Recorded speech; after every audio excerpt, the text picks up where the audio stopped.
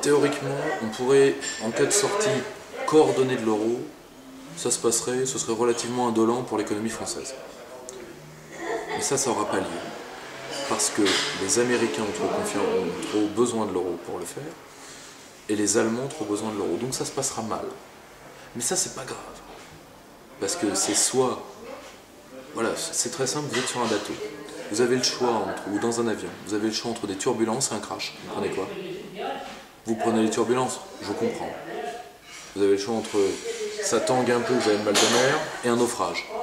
Vous prenez le mal de mer, on est d'accord. Bon, la sortie de l'euro, c'est ça.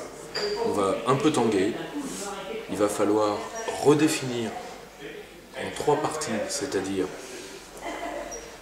constitution de fonds souverains, nationalisation de la dette, dévaluation. Il va falloir faire 3 pôles qui vont être très rapides, ce sera une affaire d'heure.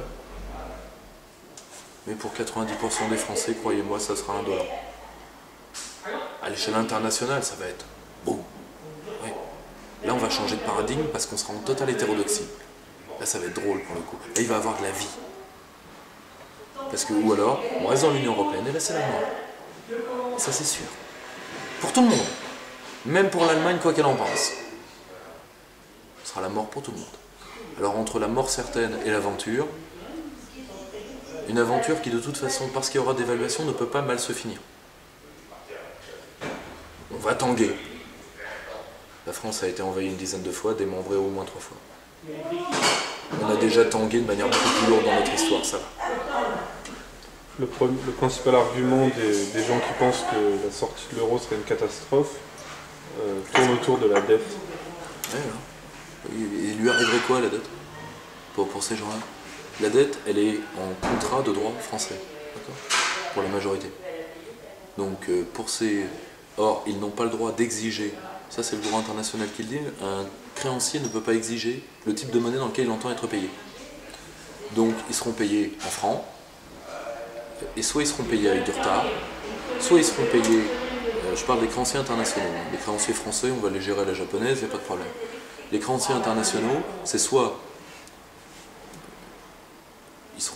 ils ont leur contrat de dette en droit français, sauf une part légère qui, elle, faudra statuer dessus. Ceux qui sont dans des droits autres que le droit français, faudra statuer dessus. Mais si vous m'accordez 2 minutes, on va faire une petite leçon d'histoire, parce que ça, je trouve l'argument totalement malhonnête. Malhonnête pour 3 raisons. Premièrement, un État n'a pas... Vous ne pouvez... Une démocratie, contrairement à ce que croit M. Raffarin, appartient à ses citoyens. Elle n'appartient pas à ses créanciers. Parce que M. Raffarin avait osé dire au micro de M. Apathy, au grand intellectuel devant l'éternel. Mais je vous rappelle que l'intendant aux finances de Louis XV disait « La France fait faillite 1 fois par génération pour se mettre au pair ». C'est un changement d'époque. Hein. Et ça vient de la Révolution française. Ça fait partie d'un des mauvais legs, parce qu'il y en a des bons, contrairement à ce qu'on croit, de 1789. Fondamentalement, un État peut répudier sa dette. Pourquoi? Parce que la dette d'État, c'est rentable. Et il n'y a pas de raison que ça le soit à tous les coups. De temps en temps, une dette, ça doit être risqué. C'est drôle d'ailleurs. Tous ces gens qui vous parlent de risques, le smicard devrait prendre des risques avec son SMIC, ou sont au-dessous du SMIC, pour monsieur Lamy, socialiste, encore heureux. C'est drôle, tous ces gens-là sont obsédés par le risque, ils n'investissent que dans la valeur la plus sûre, qui est la dette étatique. Faites ce que je dis, hein. Faites ce que je dis. Ça, c'est malhonnête. Premièrement. Deuxièmement, la dette, il va falloir la renationaliser parce que l'euro, c'est l'internationalisation de la dette. Parce que l'euro va avec la financiarisation, et la financiarisation, c'est l'internationalisation des dettes mondiales. Bon, bien, la fin de l'euro, c'est le début de la définanciarisation de l'économie, oui.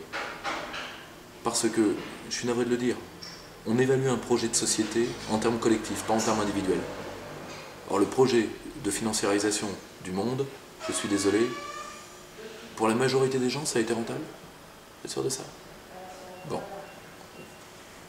Dernier point. Par perspective libre, j'avais interrogé Roberto Lavagna, l'homme qui a sauvé l'Argentine, l'homme qui a dévalué. Il avait fait un plan budgétaire dans lequel, quand l'Argentine reviendrait sur les marchés, on attendrait 6 mois pour lui reprêter parce qu'elle avait fait défaut.